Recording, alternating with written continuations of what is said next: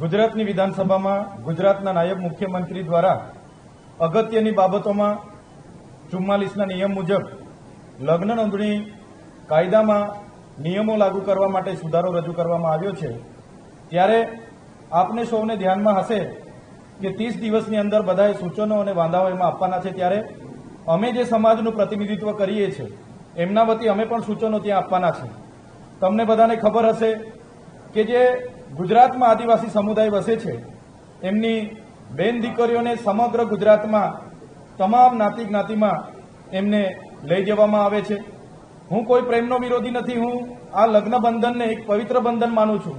હું કોઈ જ્ઞાતિ જ્ઞાતિનો વિરોધી નથી, હું બધા સાથે બધાને સન્માન કરું છું।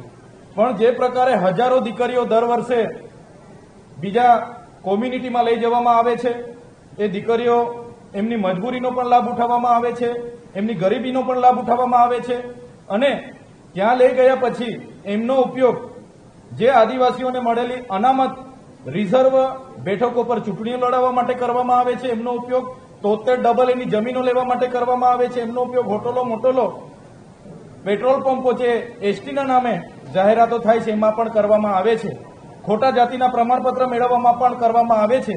ત્યારે આદિવાસી વિસ્તારોમાંથી જો દીકરીઓને લઈ જવામાં આવે તો બીજા કોમ્યુનિટીમાંથી પણ આદિવાસી યુવાનોને દીકરીઓ લગ્ન માટે સહમતિ મળે એનો સુધારો અમે મૂકવાના છે।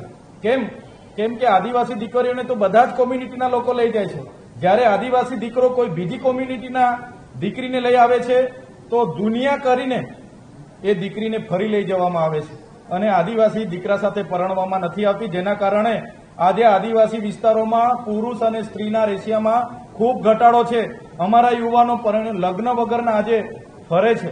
ત્યારે આમાં અમે સુધારો આપવાના છે। જે લવ જેહાદની વાત માનનીય નાયબ મુખ્યમંત્રીશ્રીએ કરી છે એ જ પ્રકારે આદિવાસી દીકરીઓને બીજી કોમ્યુનિટીમાં લઈ જવામાં આવે છે, એમની મજબૂરીનો ફાયદો ઉઠાવવામાં આવે છે, ગરીબીનો ફાયદો ઉઠાવવામાં આવે છે, એ પણ અટકાવવામાં આવે એવી અમે આ નિયમોમાં સુધારામાં માંગ કરવાના છે।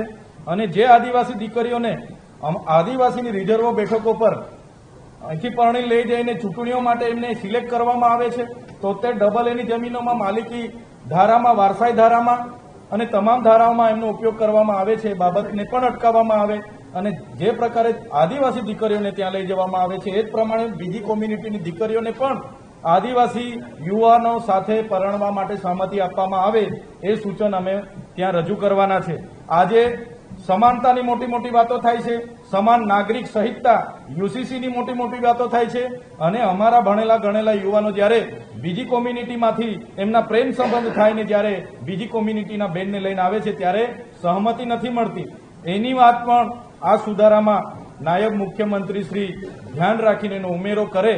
કાં તો અમારી દીકરીઓને લઈ જવામાં આવે છે તો બધી જ કોમ્યુનિટીના દીકરીઓને પણ અમારા યુવાનોને આપવામાં આવે, ક્યાં તો બીજી કોમ્યુનિટીના લોકો અમારા યુવાનોને દીકરીઓ નથી આપવા માંગતા તો અમારી કોમ્યુનિટીની દીકરીઓને પણ બીજી કોમ્યુનિટીમાં લઈ જવામાં ન આવે એ સુધારો પણ અમે આ નિયમોમાં મૂકવાના છે। ધન્યવાદ।